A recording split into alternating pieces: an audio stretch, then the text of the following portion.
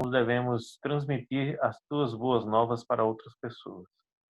Nos abençoe. Que a porção dobrada do teu Santo Espírito sobre ele hoje, dá, Senhor, a ele ânimo, e o teu Santo Espírito venha, Senhor, encher ele, Senhor, para que ele fale das coisas agradáveis ao teu coração.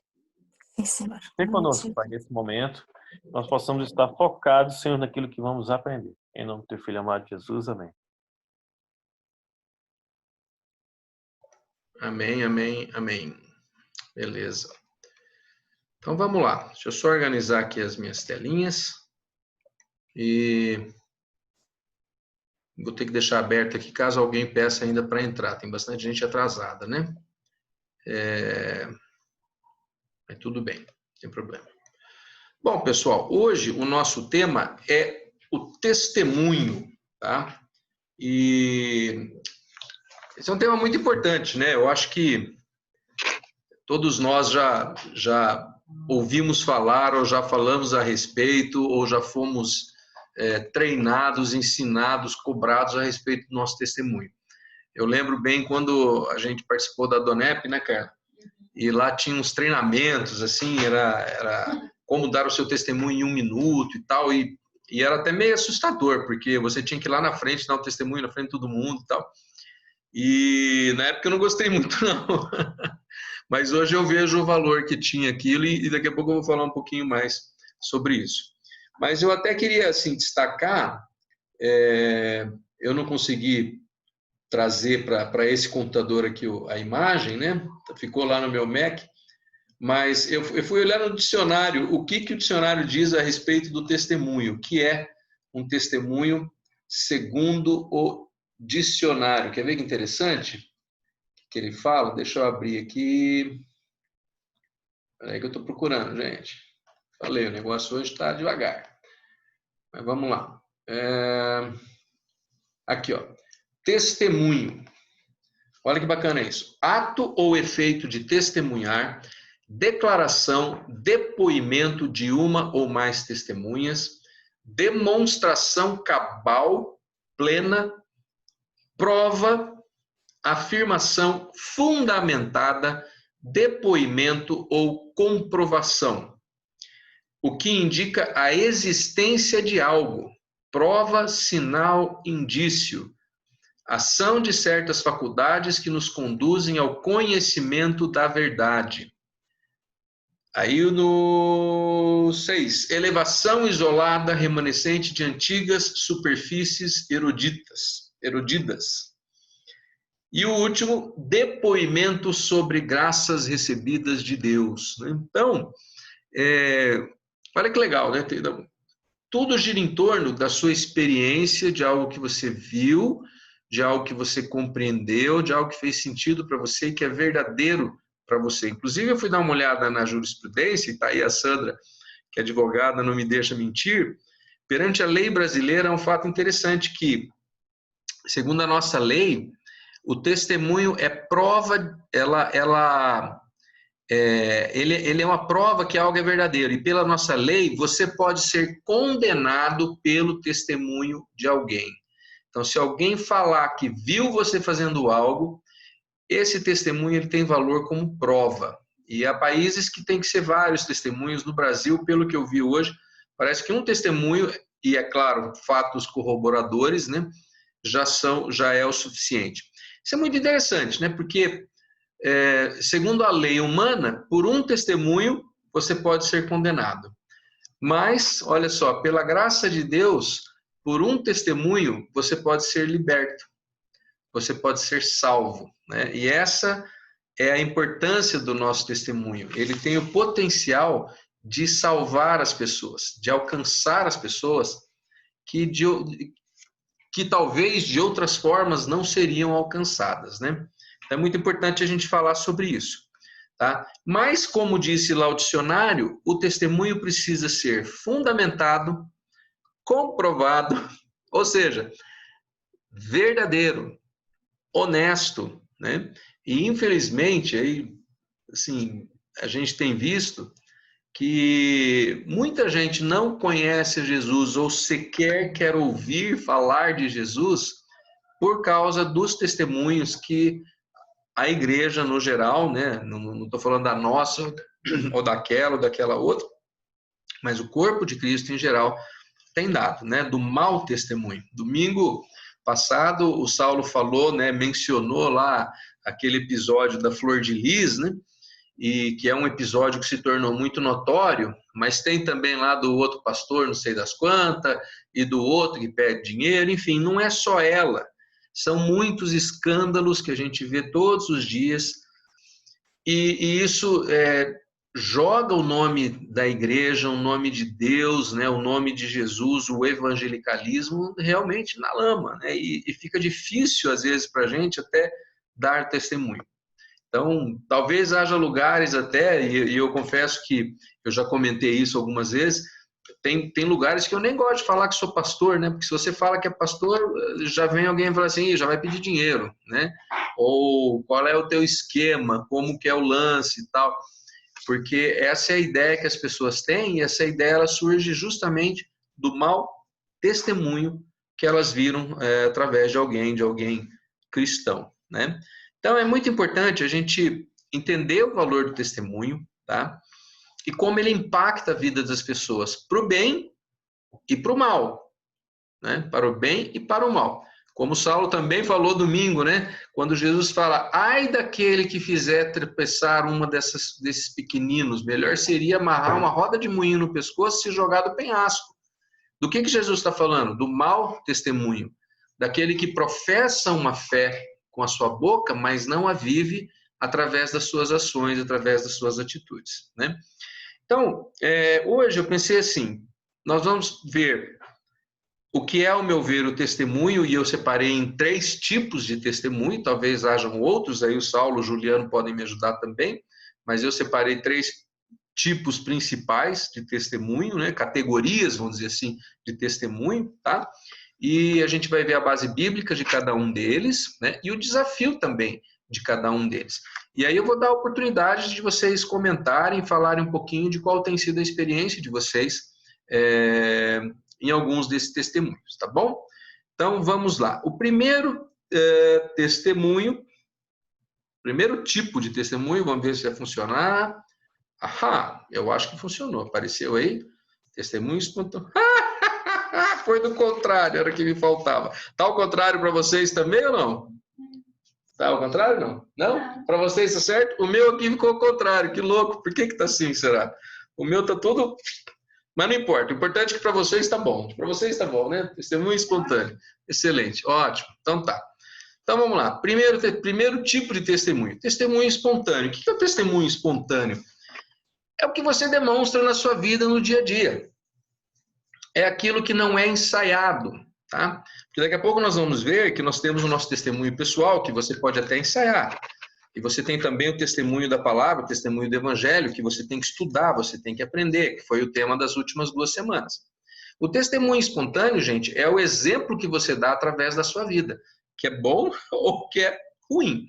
E, ao meu ver, esse testemunho é o que traz o maior impacto, tá? Porque ele é que aproxima as pessoas e que as deixa curiosas a nosso respeito. É aquele testemunho que a pessoa vê você numa situação difícil e você lidando bem com aquela situação e ela chega e fala assim, meu, como é que você consegue lidar com isso? Como é que você consegue ficar em paz, né?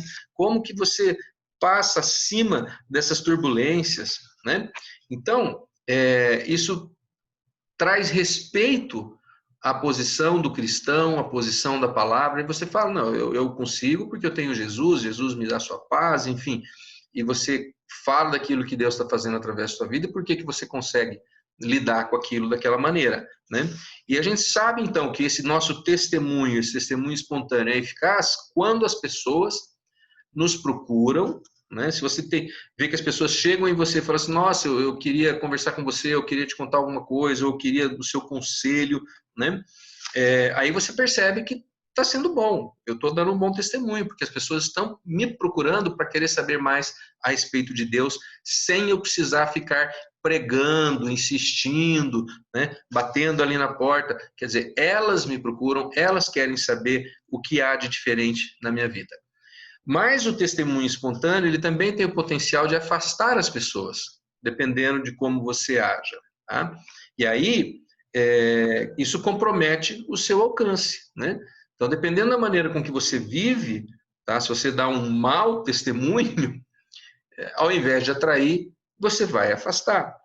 E veja, gente, isso não é muito simples de discernir. É claro que há situações de falhas de caráter, falhas de comportamento que são muito evidentes, né?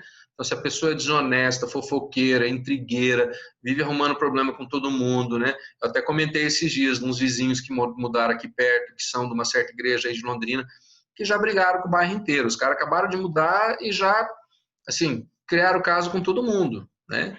E ficam discutindo com as pessoas pelo WhatsApp. Então, assim, meu, que tipo de testemunho é esse? Aí a pessoa vem, bate no peito e fala, sou da igreja X. Fala, preferia que não falasse que é de igreja. Preferia que não falasse nada que é cristão, porque nos atrapalha, né? É um mau testemunho, afasta as pessoas. Porque são legalistas, julgadores, cobram, exigem, mas não amam, não demonstram amor algum pelas pessoas, né? Então só tem um discurso, tá? Então, a gente precisa discernir isso, tá? Porque, por exemplo, dependendo com quem você está, no ambiente que você está, você ser radical numa situação ou em outra, que são bons, vamos supor, por exemplo, beber. Falar, não, eu não bebo, beleza? Aí você chega numa situação, dá numa festa, as pessoas estão bebendo e você fala, não, eu não bebo e eu acho que é errado beber porque né, a gente não deve beber. As pessoas vão fechar o filtro com você. Falar, pô, esse cara é um legalista, é um não sei o quê, nananana. Então você não quer beber, você não precisa beber, mas você não precisa criticar aqueles que estão bebendo, né? Então você fala, não, eu hoje, né, eu passo, obrigado e tal, mas prefiro, né, vou dirigir e tal, enfim. Então, eu gosto muito do texto quando Paulo explica isso, né? Paulo lá em 1 Coríntios, deixa eu ver se eu consigo mudar o texto, tá bem pequenininho aí, não sei se dá para ler, Carla? Dá, né? Paulo fala assim, embora eu seja livre de todos, fiz-me escravo de todos, para garantir o maior número possível de pessoas. Tornei-me judeu para os judeus, a fim de ganhar os judeus. Para os que estão debaixo da lei, tornei-me como se estivesse sujeito à lei, embora eu mesmo não estivesse debaixo da lei, a fim de ganhar os que estão debaixo da lei.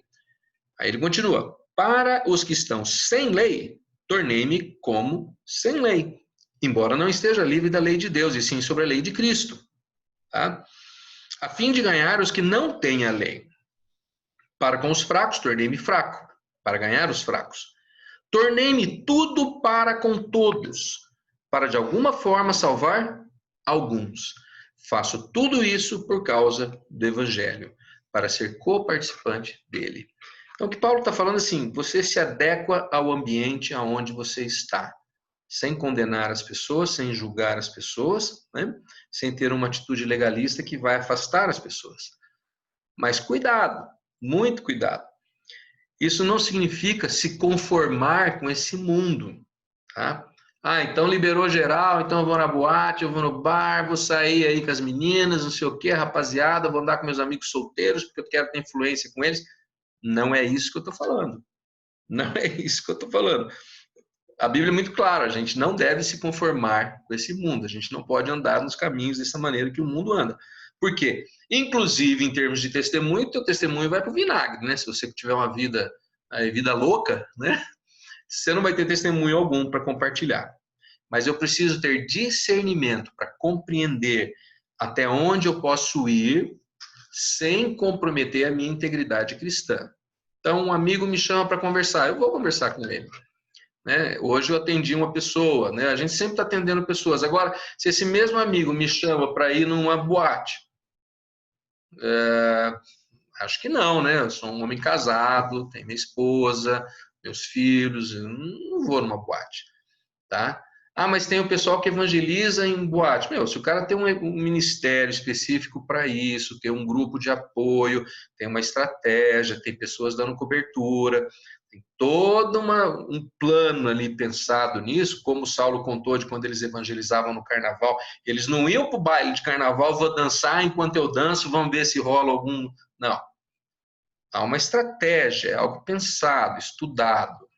Daí você vai lá e evangeliza. Você não vai simplesmente no baile e quem sabe, ó Deus, estou aqui de olho nas meninas, mas ó, se rolar um lance eu até evangelizo alguém. Não, não é por aí, né? Então, discernimento, tá? Mas o nosso testemunho espontâneo, ele fala do que a gente é. É aquela citação que eu mencionei na semana passada, né? Como que é o nome do autor? Esqueci o nome do autor. Mas ele fala assim, as suas atitudes falam tão alto que eu não ouço o que você diz. Então, o nosso testemunho espontâneo diz respeito às nossas atitudes e não às nossas palavras. As nossas palavras podem ser ensaiadas. As atitudes é mais difícil, né? Muito bem. O próximo tipo de testemunho, a próxima categoria de testemunho, aí é o testemunho pessoal, que diz respeito àquilo que Deus fez na sua vida, né? Então, quem você era e quem você é. Antes eu era assim, agora eu sou assado. Antes eu fazia isso, agora eu não faço mais. Antes eu tinha esse comportamento, agora eu tenho outro comportamento. O que mudou na sua vida? Tanto no geral, quanto em momentos específicos, tá? Você pode falar do geral. Ah, eu era uma pessoa, um perdido aí, eu usava drogas, eu fumava, eu bebia, eu ia para balada, fazia isso, fazia aquilo, meus amigos morreram, alguns estão nas drogas, outros, né, não sei o que e tal, mas Deus me resgatou, Deus me tirou dessa situação, Ele me levantou e olha, hoje eu tenho uma família, hoje eu tenho filhos e eu estou bem, glória a Deus por isso e tal. Então esse é um testemunho geral da ação de Deus na sua vida, ação transformadora de Deus na sua vida, né? Mas também há testemunhos muito específicos. Poxa, quando a gente construiu essa casa, a gente entrou numa crise muito, muito séria, porque houve uma crise financeira no mundo inteiro, né?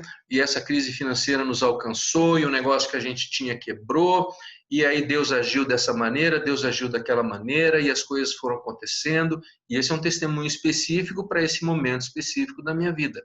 Ou, né, poxa, quando a gente teve um filho, né, nós perdemos um bebê. Ui, Carla, tem que ligar a bateria aqui, eu esqueci de ligar. Espeta isso aqui para mim antes que levar a hora. Espeta rápido, que esse negócio desliga rapidinho. Aí, ainda bem que ele reclamou.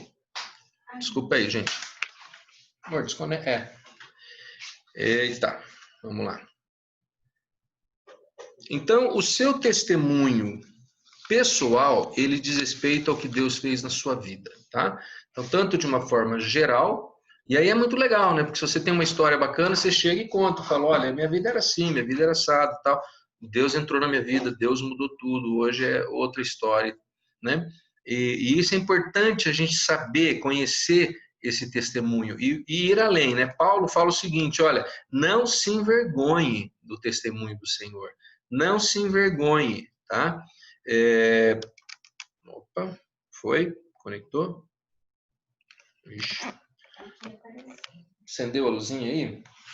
Não, eu estou preocupado com a bateria aqui, porque ele não acendeu nada, ele não está indicando que está carregando, mas vamos ver. Pessoal, se cair eu chamo de novo, tá bom? Então Paulo fala assim, não se envergonhe de testemunhar do Senhor, nem de mim, que sou prisioneiro dele, mas suporte comigo os meus sofrimentos pelo Evangelho, segundo o poder de Deus, segundo Timóteo 1:8. E aí ele vai um pouquinho além, né? Ele não, né? No caso, Jesus, lá em Apocalipse, diz o seguinte, eles o venceram o inimigo, né? Tá falando da grande batalha e da luta e tudo, e fala assim, lá no finalzinho, Apocalipse 12, eles o venceram pelo sangue do Cordeiro e pela palavra do testemunho que deram. Testemunho que deram. Diante da morte, não amaram a própria vida. E é interessante esse texto, quando ele fala esse diante da morte, né? Porque nessa época, dar o testemunho significava morrer. Poderia significar morrer. Porque havia uma perseguição, havia uma ilegalidade em ser cristão, né? Então era muito sério. Se você dar um testemunho, era um risco enorme. Tá? E a nossa reunião vai acabar, eu vou ter que reiniciar, tá? Vai dar os 40 minutos, mas daqui a pouquinho. Acho que dá para esperar mais um pouco. Hoje, a gente não corre esse risco. Hoje, a coisa é muito mais tranquila. Você pode até ser obliterado em alguns grupos, você pode ser ridicularizado pelos amigos, você pode perder algumas oportunidades, talvez, mas você, pelo menos no Brasil, dificilmente vai ser perseguido a ponto de ser preso ou ser morto por ser cristão. Ainda assim, muitas pessoas têm vergonha de falar, têm vergonha de contar, né? E como Paulo fala ali, por isso eu acho que Paulo é bem claro, ele fala, não se envergonhe, não se envergonhe, o versículo anterior, né? Consegui voltar? Não se envergonhe de testemunhar, não deixe de testemunhar, não precisa ter vergonha, pelo contrário, seja um vencedor, né? Seja um vencedor. Mas por que as pessoas se envergonham? Pelo medo dessa ridicularização, pelo medo do que pode acontecer, né? Da repercussão. Mas, gente, muitas vezes, vamos ser honestos, né? Não é exatamente uma vergonha, é um constrangimento, tá? Porque sabe que aquele testemunho espontâneo, aquele testemunho de vida, aquilo que a vida demonstra, não está alinhada com o discurso, que foi os exemplos aí do domingo passado, que eu falei agora há pouco, né? E tantos outros que a gente vê por aí. A pessoa que fala, eu tenho Jesus, eu sou um cristão, sou da igreja X, da igreja Y, mas que, francamente, tem um testemunho que não agrega, né? Que não soma, que não ama, pelo contrário, que afasta as pessoas, que é uma pedra de tropeço, né? Então, quando a pessoa percebe que esse discurso dela é desalinhado, ela fica constrangida, fala, não, melhor eu ficar quieto, melhor eu não falar nada, porque as pessoas vão olhar para mim e falar, sério que você é crente? Nunca percebi, né? Ou pior, nossa, você é... Né? Lembra aí, eu não sei se o Saulo é desse tempo, hoje eu lembrei de uma música, Saulo, aquela do Domingueiro, lembra? Sim. Chegou a cantar isso? Não, Lembra? mas eu lembro qual a música. O Domingueiro falava assim, Domingueiro nunca queira ser, no domingo ele é santarrão, na segunda, terça, quarta, quinta e sexta e sábado não é santo, não. Entenderam? Esse é o domingueiro, né? No domingo ele é santarrão, mas de segunda, terça, quarta, quinta, sexta, sábado, opa, não, aí não, né?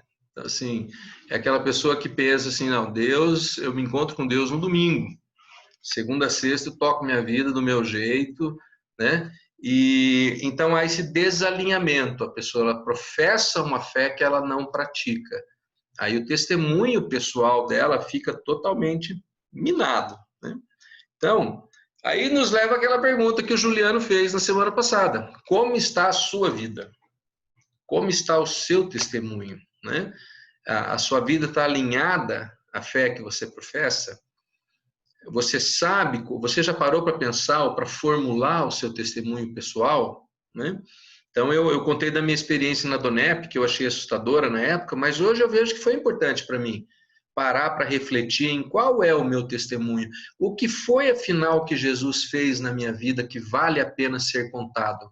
Sabe? Quando Paulo fala aí no versículo, né? Não se envergonhe de testemunhar do Senhor. Mas testemunhar o quê do Senhor? O que eu tenho para falar do Senhor? Se talvez eu só reclamo, eu só acho ruim, minha vida não é isso, não é aquilo, eu não tenho tudo que eu quero, não faço tudo que eu gosto, e tem muitas lutas e tem muitos desafios, e aí eu não tenho o que falar.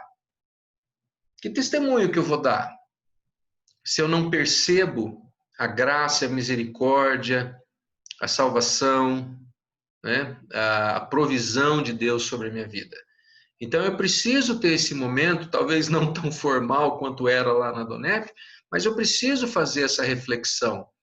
E eu vou além, eu acho que a gente precisa pôr no papel, escrever isso aí. Fazer o seu pequeno diário, né? A gente tem um hábito aqui em casa muito legal, tanto a Carla quanto eu. A gente tem um caderninho de oração e a gente vai escrevendo tudo que Deus tem feito. E a gente escreve os nossos pedidos. E é uma experiência muito bacana você voltar anos mais tarde e lembrar e falar assim, nossa, olha só, em 2010 eu estava pedindo isso. 2012 eu estava pedindo aquilo e isso aconteceu, e Deus deu, e Deus fez, ou Deus mudou meu coração. Ele não fez, mas mudou meu coração e eu fiquei feliz, porque aquilo que eu queria não era importante, né? Então a gente cria em inglês a gente fala keep record, a gente cria o que? Um registro, a gente cria um registro daquilo que Deus tem feito, né? E aí você tem histórias para contar e você tem testemunhos para dar. E, gente, quando eu falo assim, contar as bênçãos, né? Contar as bênçãos. E quando eu falo assim, gente, eu não estou falando de você ter uma vida livre de problema, tá? Porque aí alguém pode pensar, não, quer dizer, então que eu tenho que estar com tudo em cima e não ter problemas e estar assim por cima da carne seca. Não, negativo. Não é disso que eu estou falando.